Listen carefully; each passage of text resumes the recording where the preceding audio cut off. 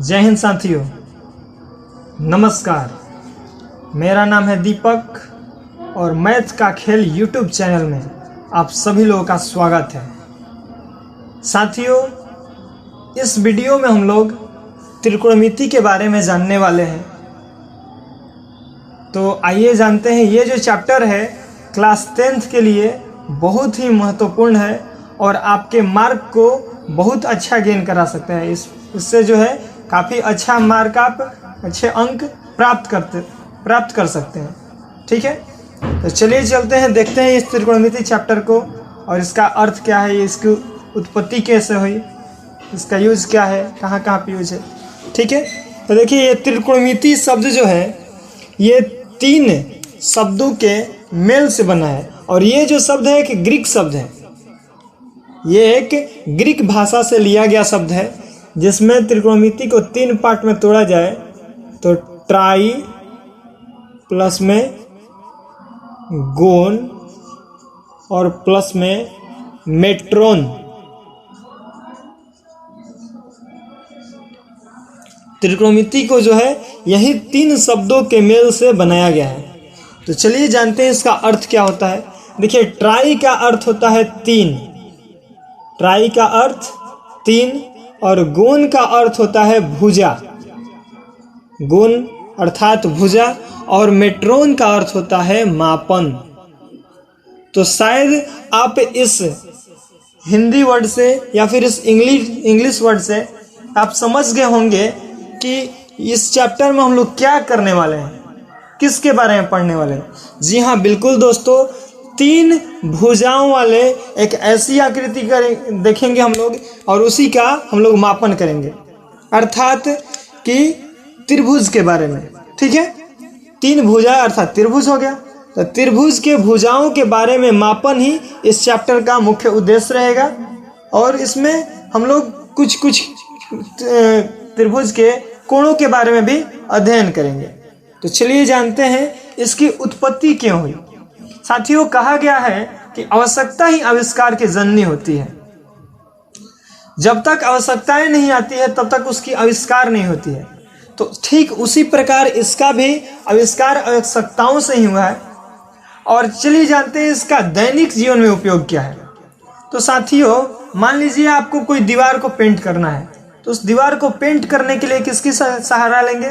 तो जी हाँ, बिल्कुल आप सीढ़ी के सहारा लेते हैं। और वहीं पे आपके मन में हो सके तो एक विचार उत्पन्न होगा कि यदि मेरी ये दीवार इतनी ऊंची है, ये दीवार इतनी ऊंची है, तो हम सीढ़ी कितनी लंबी लें। अथवा यहाँ पे दैनिक जीवन में त्रिकोणमिति का उपयोग हुआ। अथवा आप कहीं शहरों में घूम रहे हैं या फिर अभी तो गांव में भी बहुत बड़े बड़े बिल्डिंग बन जा रहे हैं। तो आप मान लीजिए कि उस बिल्डिंग के पास पहुंचे तो आप उस बिल्डिंग को देखकर अनुमान लगाने लगते हैं कि ये जो है बिल्डिंग ये कितनी ऊंची है, हमसे कितनी दूरी पर है। या फिर आप जो है आप किसी छत पर हो, आप किसी छत पर हैं और नीचे की ओर देख रहे हैं। तो नीचे की ओर देख रहे हैं, जैसे मान लीजिए कि इस चित्र में दिखाया गया है कि एक बच्चा जो है फुटबॉल को देख रहा है। तो इस फुटबॉल से वो देखना चाहता है बच्चा कि हमारी दूरी कितनी है, अथवा हमारे घर से फुटबॉल की दूरी कितनी है। या फिर मान लीजिए कोई व्यक्ति ताजमहल के पास चला गया, कोई व्यक्ति ताजमहल के पास चला गया, तो ताजमहल के पास पहुंचा तो भी देखना चाहता है कि ये ताजमहल कितनी ऊंची है। या फिर कोई समुद्र तल, अगर समुद्र तल की बात करें तो समुद्र तल पे जो जहाज चलती हैं और जहाज का किनारा जो है, अगर मान लीजिए कि वो रात में चल रही हो जहाज, तो जहाज को हम कैसे समझेंगे, वो जहाज को कैसे समझ में आएगा कि हमको जाना किधर है, क्योंकि सारा जो है समुद्र पानी से भरा हुआ है। तो वो जहाज वाला क्या करेगा कि वो देखेगा कि किधर से लाइट आ रही है, अर्थात कि जहाँ पे लाइट हाउस होगा वहीं पे उसका किनारा होगा। तो वो देखना चाहता है कि लाइट हाउस हमसे कितनी दूरी पर है। या फिर लाइट हाउस के ऊपर मान लीजिए कोई व्यक्ति बैठा हुआ है, उसको निगरानी कर रहा है, तो वो देख रहा है व्यक्ति कि ये जो है जहाज अभी कितनी दूरी पर है।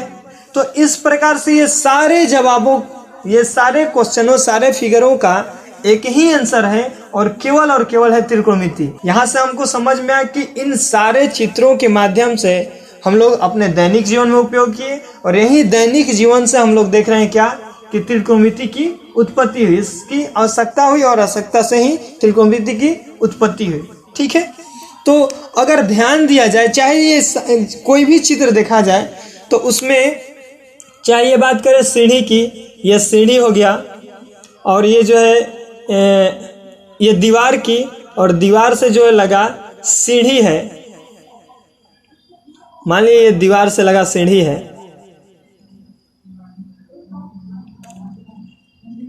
तो दोनों जो है धरातल पर स्थित है, दीवार भी धरातल पर स्थित है और ये जो है सीढ़ी भी धरातल पर स्थित है। तो अगर देखा जाए तो एक प्रकार की त्रिभुज की आकृति बन रही है। ठीक है, ये बिल्डिंग आप देख रहे हैं, ये बिल्डिंग इतनी ऊंची है और ये जो है कहाँ से जुड़ी हुई है, तो धरातल जमीन से जुड़ी हुई है। और यहाँ पे आप मान लीजिए हैं, तो आप यहाँ पे देख रहे हैं इसकी बिल्डिंग की ऊंचाई को, तो यहाँ पे भी ध्यान दें तो यहाँ पे भी एक त्रिभुज का निर्माण हो रहा है। और ध्यान से अगर देखा जाए तो इसमें कौन सा त्रिभुज बन रहा है, तो केवल आपको दिखाई दे रहा है क्या, समकोण त्रिभुज।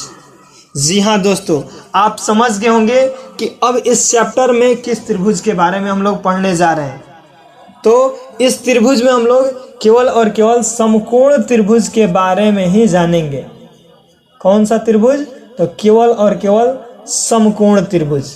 ठीक है, अब समकोण त्रिभुज की बात करें तो समकोण त्रिभुज अब आप अच्छी तरीके से समझ रहे हैं कि इसमें क्या होता है। समकोण त्रिभुज कहेंगे कैसे, तो वैसा त्रिभुज जिसमें कोई एक कोण जो है 90 डिग्री का हो, लंब हो, उसे ही हम लोग क्या बोलते हैं, समकोण त्रिभुज।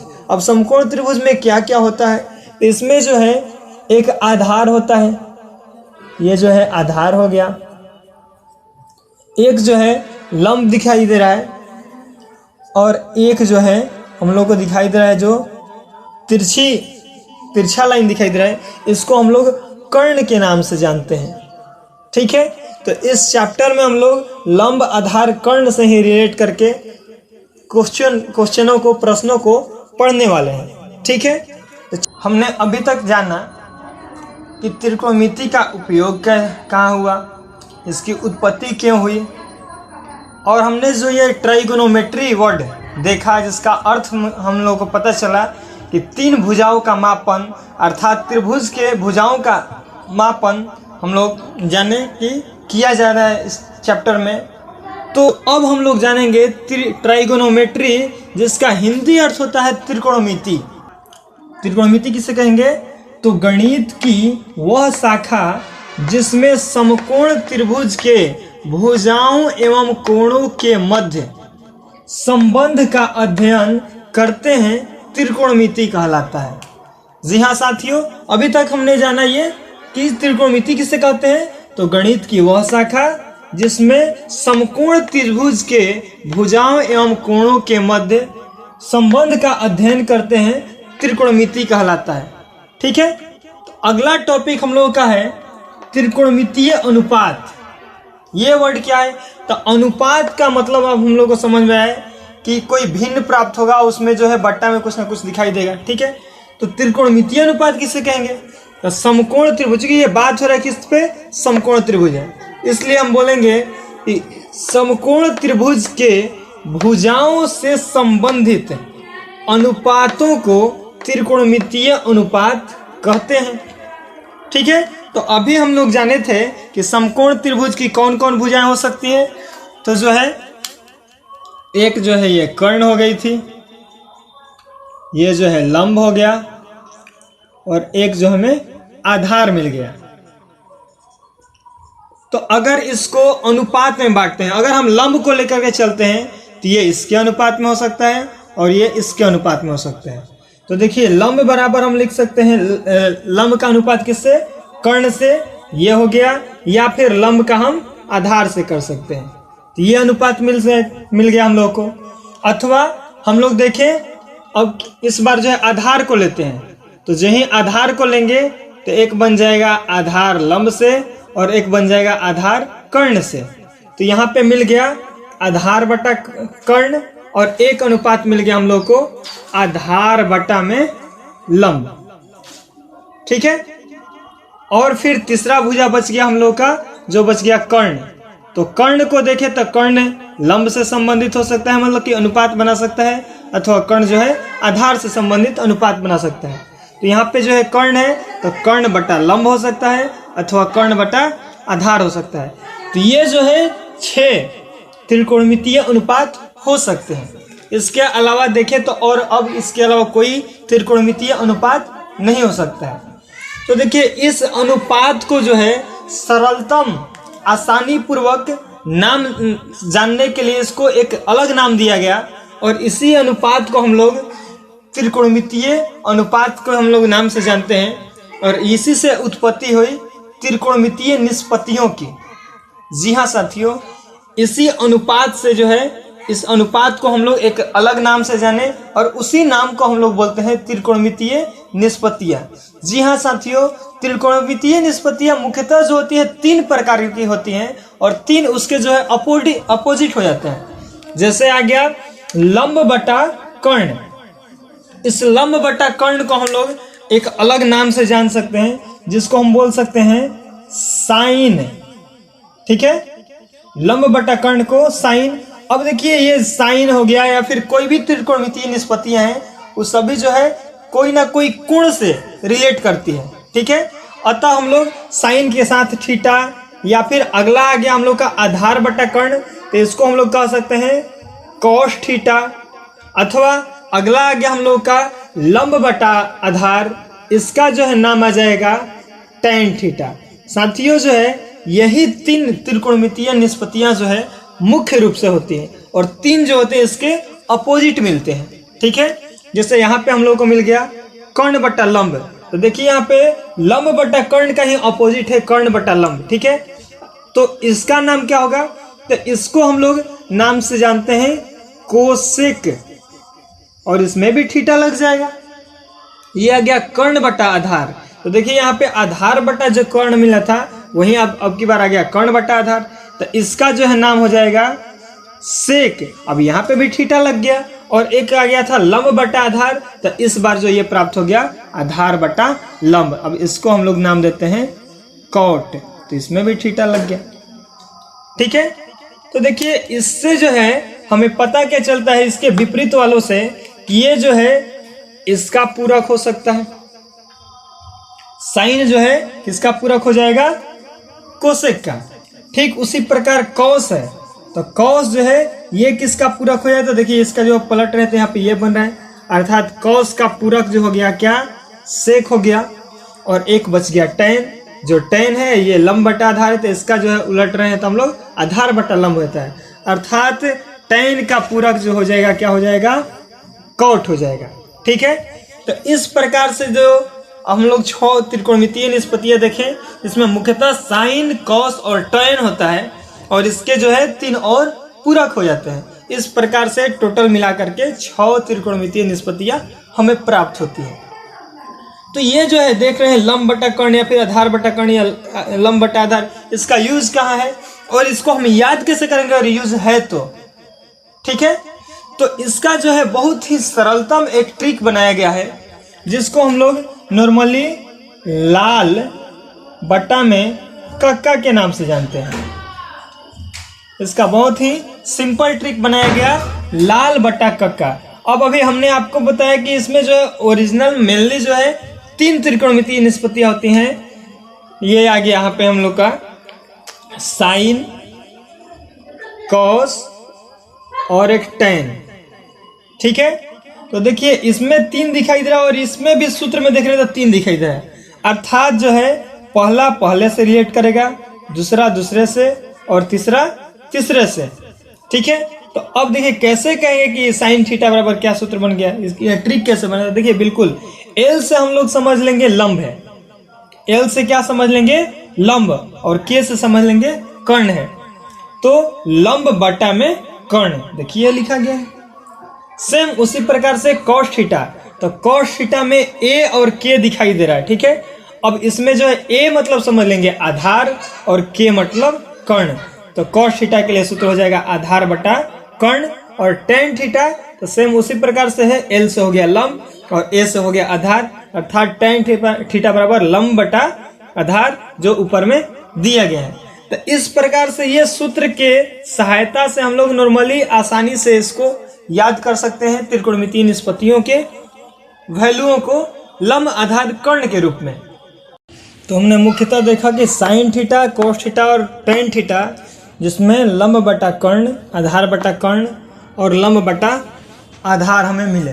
ठीक है, अब इससे क्वेश्चन आएगा कुछ इस प्रकार से कि यदि साइन थीटा बराबर 4/5 है तो कॉस थीटा तथा टेन थीटा का मान ज्ञात करें। इसके लिए हम लोग करना क्या होगा कि हम लोग देखेंगे सॉल्यूशन में, इसको चलते हैं। तो साइन थीटा इक्वल टू में जो दिया गया है क्या, 4/5। अब हम देखेंगे कि साइन थीटा जो है ये क्या होता है लंब आधार कर्ण में। तो साइन थीटा जो है लंब आधार कर्ण में लंब बटा में कर्ण होता है। ठीक है, इस आधार पे हम कह सकते हैं कि लंब का मान 4 हो गया और कर्ण का मान 5 हो गया। तो यही ये पता चल गया तो हम लोग को पता है कि किस में जाना है। तो ये जो है त्रिकोणमिति है और त्रिकोणमिति के लिए समकोण त्रिभुज की बहुत ही इम्पोर्टेंस है। अब इसमें जो है लंब का मान देख लिए 4 और कर्ण का मान देख लिए 5। ठीक है, तो अब बोल रहे हैं कॉस थीटा का मान ज्ञात करें। कॉस थीटा, अब हमको पता है कि कॉस थीटा के लिए आधार की आवश्यकता होगी, आधार तो दिया नहीं है। तो इसके लिए पाइथागोरस प्रमेय, जो आपने 6-7 से ही पाइथागोरस त्रिक या पाइथागोरस प्रमेय को पढ़ते आ रहे हैं, आज उसी का फिर हम लोग यूज करने वाले हैं और उसी से हम लोग जाने हैं कि आधार का मान क्या है। तो पाइथागोरस ने एक प्रमेय दिया था, यदि नहीं पता है तो आज जानते हैं हम लोग पाइथागोरस प्रमेय कहते किसे। तो पाइथागोरस ने ये प्रमेय दिया कि किसी समकोण त्रिभुज में, देखिए समकोण त्रिभुज की बात हो रही है, तो किसी समकोण त्रिभुज में कोई एक भुजा का वर्ग, ये जो है समकोण त्रिभुज है, इसमें कोई एक भुजा का वर्ग अन्य 2 भुजाओं के वर्गों के योग के बराबर होता है। अब देखिए इसमें लाजमी बात है कि जो बड़ा वाला होगा अगर उसको हम वर्ग करें और अन्य दो भुजाओं के वर्ग के योग के बराबर करें तो ये कुछ इस प्रकार से बैठ सकता है। ठीक है, तो इसमें वही होता है, जो बड़ा भुजा लेते हैं जिसको हम लोग कर्ण मानते हैं। तो बोल रहा है कि किसी एक भुजा का वर्ग, हमने कर्ण ले लिया तो कर्ण का वर्ग कर दिए बराबर कर किसी एक भुजा का वर्ग अन्य 2 भुजाओं, तो बच क्या गया, तो एक लंब बच गया और एक आधार बच गया।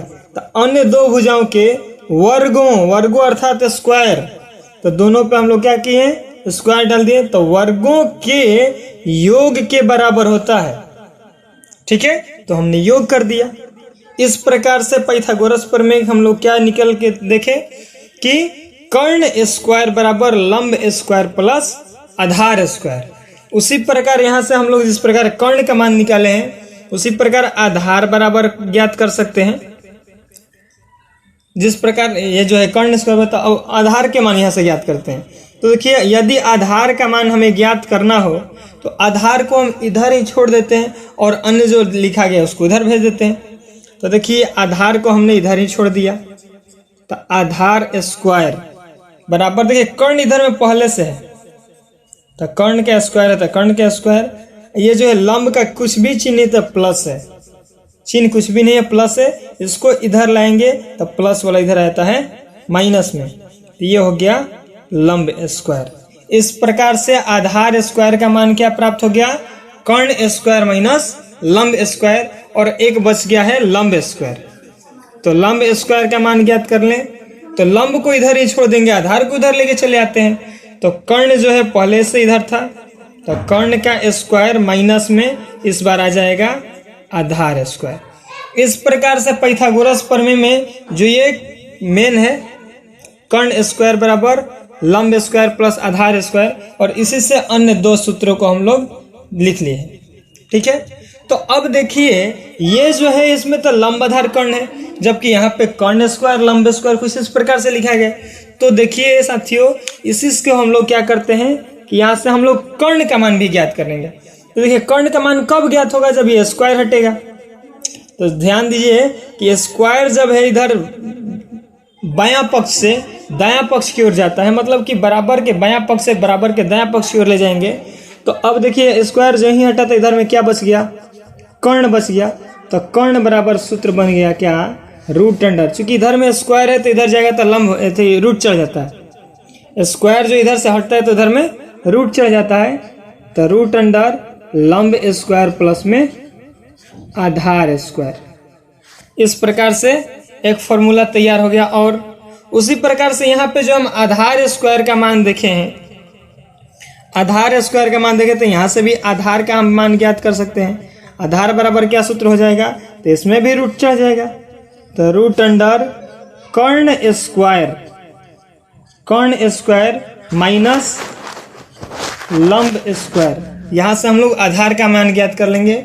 और उसी प्रकार यहाँ से देखें हम लोग लंब का मान ज्ञात करना चाहें तो लंब बराबर का हो जाएगा रूट अंडर कर्ण स्क्वायर माइनस में हो जाएगा आधार स्क्वायर। तो इस प्रकार से हम लोग पाइथागोरस प्रमेय के ट्रिक के द्वारा हम लोग इसका वैल्यू ज्ञात कर सकते हैं। तो चलिए साथियों, यहाँ तक स्क्रीनशॉट ले लिए, आगे हम इसको आधार का मान ज्ञात करेंगे। अब हमें आधार की आवश्यकता है, अतः हम लोग आधार का सूत्र लगेंगे। तो आधार बराबर सूत्र हो जाएगा रूट अंडर कर्ण स्क्वायर माइनस में आ जाएगा लंब स्क्वायर। ठीक है, मान पुट करते हैं कर्ण का मान। तो कर्ण का मान देखिए 5 दिया गया है, तो 5 का स्क्वायर माइनस लंब, तो लंब का मान 4 दिया गया है, इस प्रकार 4 का स्क्वायर। और इसको हम लोग अब हल करते हैं। 5 का स्क्वायर 25 माइनस 4 का स्क्वायर 16, इस प्रकार से ये घट के आ गया रूट अंडर 9। और इस प्रकार से रूट अंडर 9 को हम लोग 3 निकाल सकते हैं। ठीक है, तो हम लोग कह सकते हैं आधार का मान जो है क्या प्राप्त हो गया, हम लोगों को 3 प्राप्त हो गया। तो यहाँ पे 3 डाल देते हैं। अब हमें जो चीज की आवश्यकता है, चूंकि तीनों भुजाएं हमारे मिल चुकी है, तो जो कहेगा इसे तो कॉस्टाइन ही बोला है, लेकिन अन्य और भी बोलता तो उसको भी हम लोग आसानी से ज्ञात कर सकते हैं। तो चलिए ये पहला क्वेश्चन जो है कॉस थीटा, इसका ज्ञात करें। तो कॉस थीटा बराबर सूत्र क्या होता है, तो सूत्र होता है आधार बटा कर्ण। आधार का मान रखते हैं 3 बटा कर्ण का मान रखते हैं 5, इस प्रकार से इसका वैल्यू प्राप्त हो गया। सेम उसी प्रकार से चलें तो अगला जो है हमारा आ गया टेन थीटा। टेन थीटा, अब टेन थीटा बराबर क्या सूत्र होता है, तो ये होता है लंब बट्टा में आधार। ठीक है, इस प्रकार से लंब, तो लंब का वैल्यू देख रहे हैं 4 दिया गया है और आधार का वैल्यू जो है 3 दिया गया है। इस प्रकार से टेन थीटा का भी वैल्यू प्राप्त कर लिए। इसको अच्छे तरीके से समझ लीजिए एक बार फिर से, नहीं तो समझा दे रहे हैं।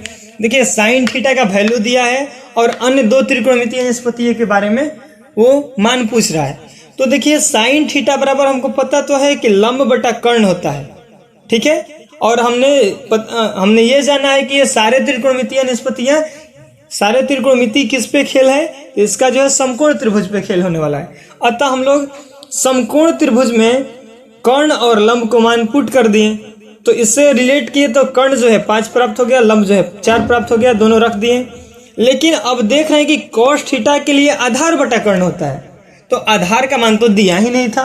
तो इसलिए पाइथागोरस प्रमेय को हम लोगों ने अपनाया और पाइथागोरस प्रमेय से आधार बराबर सूत्र ले लिए। आधार बराबर कुछ इस प्रकार से अंक को रखे और अंक को हल करते हुए आधार का मान प्राप्त कर लिए। अब जो ही आधार का मान प्राप्त हो गया, आधार की जगह आधार को रख दिए। अब जो बोल रहा था तो कॉस थीटा बोल रहा था, तो लंब आधार बटा कर्ण, आधार का मान 3, कर्ण का मान 5। टेन थीटा बोलेगा लंब, लंब का मान 4, आधार, आधार का मान 3। उसी प्रकार इतना ही ना बोल के बोल दिया कि तीसरा ज्ञात कीजिए आप कोसेक थीटा। ठीक है, तो कोसेक थीटा कैसे ज्ञात करें, तो कोसेक थीटा के लिए सूत्र होता है, तो हमको पता है कि कोसेक थीटा जो है साइन थीटा का विपरीत होता है, तो इसको तो हम बिना सूत्र के द्वारा ही लिख सकते हैं। तो ये हो जाएगा हमारा 5/4। अगर सूत्र पे चले हम लोग तो जिसे साइन थीटा बराबर लंब बटा कर्ण होता है तो उसमें हो जाए कर्ण बटा लंब, तो कर्ण का मान 5 दिया गया है और लंब का मान 4 है। ऐसा ही क्वेश्चन मैंने इसमें और कर दिया है कि बताइए कि सेक थीटा बराबर क्या होगा। तो सेक थीटा देखिए कॉस थीटा के विपरीत होता है, अतः कॉस थीटा का मान 3/5 है, तो सेक थीटा का मान हो जाएगा 5/3। सूत्र से भी चलेंगे तो इसको विपरीत है कर देते हैं विपरीत, तो कर्ण चल जाएगा ऊपर, आधार आ जाएगा नीचे। तो देखिए कर्ण का मान 5 दिया गया है, आधार का मान 3 दिया गया है। इसी प्रकार से ये जो है नॉर्मल क्वेश्चन को आसानी से ज्ञात कर सकते हैं, और इसको जो है ध्यान से साथियों समझे, ये जो है ऑब्जेक्टिव तौर पे बहुत ही इंपॉर्टेंट है। ठीक है, तो चलिए इसको बढ़िया से स्क्रीनशॉट ले ले। आगे फिर और एक क्वेश्चन पे आते हैं। देखिए इस प्रकार से ये क्वेश्चन आ गया हम लोग का। क्वेश्चन है क्या कि सेक ए बराबर 10/6 है तथा कोण बी एक समकोण है, तो tan ए sin ए तथा cot c का मान ज्ञात करें। अब देखिए पिछला क्वेश्चन में हम लोग ने थीटा के बारे में समझा था, लेकिन इसमें तो ए बी सी कुछ करके आने लगा। ठीक है, तो ये जो है उसके अपेक्षा कुछ अलग टाइप का क्वेश्चन है। बनेगा तो वैसे ही, लेकिन इसमें थोड़ा सा अलग टाइप लगेगा। अब है क्या अलग टाइप, तो इसमें जो है देखिए ये ए बी सी आ गया, अर्थात यहाँ पे पहले क्वेश्चन में हम लोग देखें कि उसमें कोई थीटा था और उसके जगह पे जो है हम समकोण त्रिभुज बनाए थे उसमें कोई नाम नहीं दिए थे, इसलिए हम लोग लंब आधार कर्ण को आसानी से समझ गए थे। लेकिन इसमें जो है यदि नाम दे दिया गया है तो उसमें लंब और आधार का मान परिवर्तन भी हो सकता है। तो जानते हैं, चलिए जानते हैं कि ये कैसे परिवर्तन होता है, क्या होता है। ठीक है, चलते हैं सॉल्यूशन में।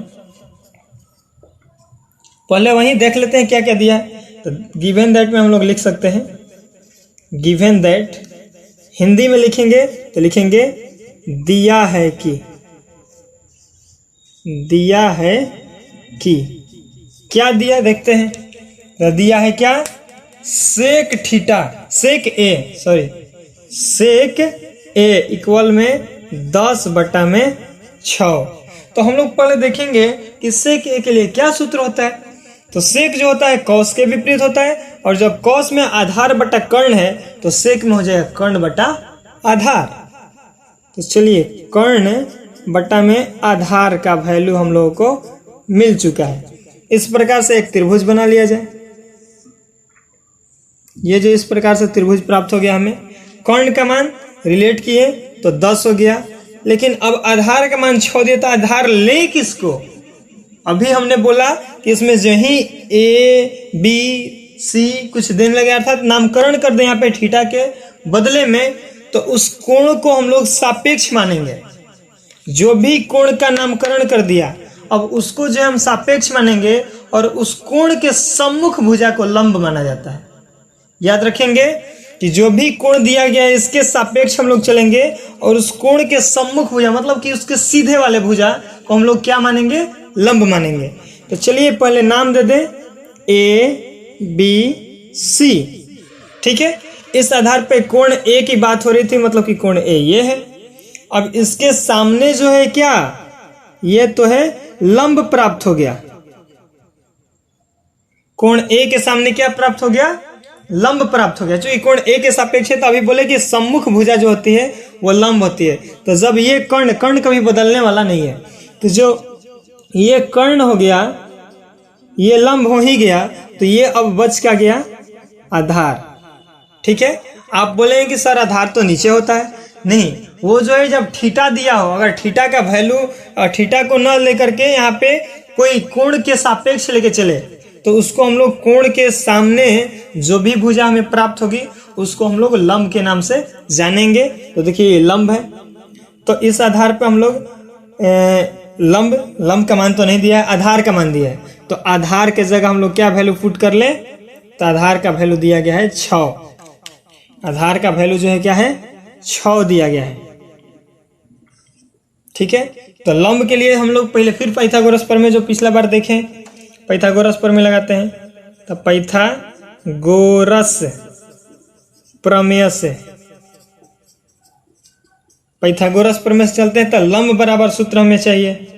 तो लंब बराबर क्या सूत्र होता है, तो रूट अंडर कर्ण स्क्वायर माइनस में आधार स्क्वायर।